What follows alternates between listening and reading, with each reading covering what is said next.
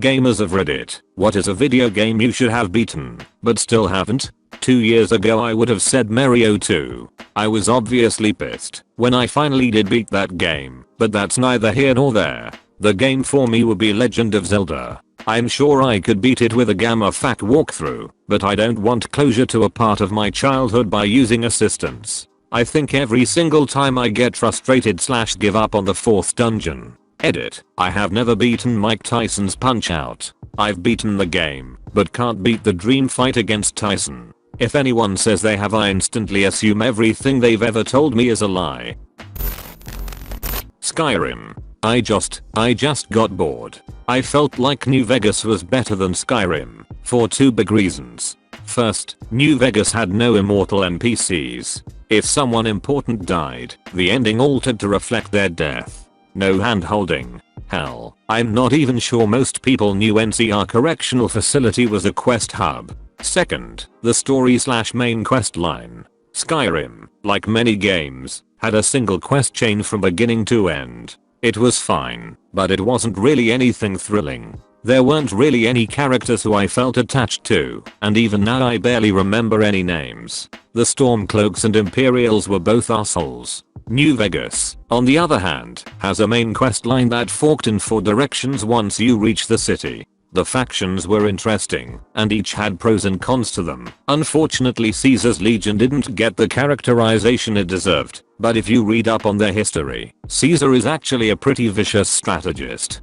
The main quests focus on going out into the Mojave and meeting the smaller tribes and convincing them to come to the aid of your faction. You get to learn about their cultures, histories, feelings towards the NCR and Legion, and what ramifications the war between the two has had. Ultimately, you determine their fate, and if you convince them to side with you, they will fight for you at Hoover Dam in the final mission.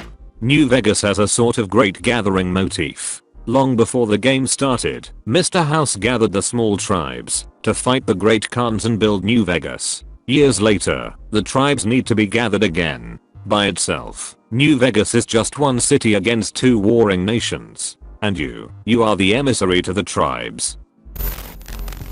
Zelda, Majora's Mask. Never gotten around to finishing it and all my N64 controllers suck now. Too much Mario Kart / Smash Brothers. Same. I've made about 3 different attempts to complete it. I always restart from the beginning, because my attempts are years apart. For some reason, I always get to the Stone Temple and just lose my interest. I don't understand it, since I've completed OOT so many times and both are equally good games. One day I'll complete it. Maybe my day will come when they release the 3D version.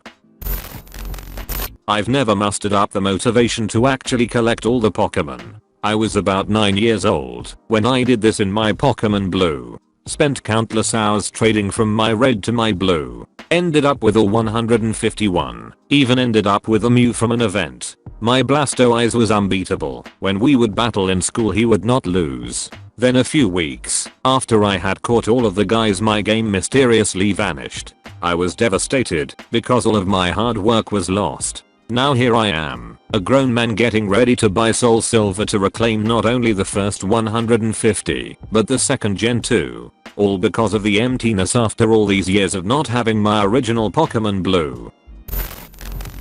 Final Fantasy VII. I first bought it for PC over 10 years ago. Greatest thing I've ever played. Then, a couple CDs broke. Fast forward 8 years, I buy it on the PS3. Can't make it past a couple hours. Also, FF13. Nearly 40 hours in, on the final chapter. Just doesn't entice me to finish. I beat FF7, but I could never beat the last 2 weapon creatures. At least officially. I did kill Ruby Weapon once, but after it died, the game stuck itself in combat mode, and I had to reset my PlayStation. Years later it still infuriates me.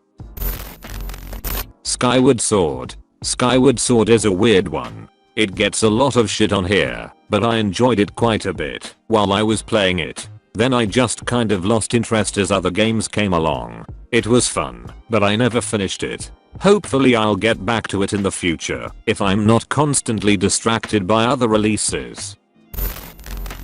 Shadow of the Colossus. I had a very busy part of my life occur while I was about 3 Colossus in and just never picked it up again. One day, dude, you have to finish it. If you know the ending then don't bother, but if you've managed to not have it spoiled, finish it.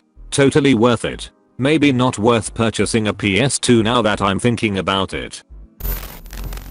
Banjo-Kazooie. It's a tragic story. I was 13 and had spent many hours playing the game before finally reaching the last boss on a Saturday night. I had decided to save beating Gruntilda until Sunday morning when I was alert and could properly enjoy it. The next morning, after watching cartoons, my mom invited a friend over 40 who had brought her 5-year-old son, an adorable, roly-poly little thing whose cheeks were the most pinchable I've ever encountered. I had just turned on the system when my mom called me to the kitchen to eat piping hot samosas. My undoing is that I had left the little whippersnapper in the same room as my N64, with the colorful title screen of Banjo-Kazooie seducing his little brain with its bright colors. When I returned, my saved game was gone. I wanted to go hysterical, but the kid was too cute and too clueless, and I settled into a sad melancholy, pulling the cartridge out of its slot, placing it in a drawer, and promising myself I'd tackle the game again when I got over this incredible loss.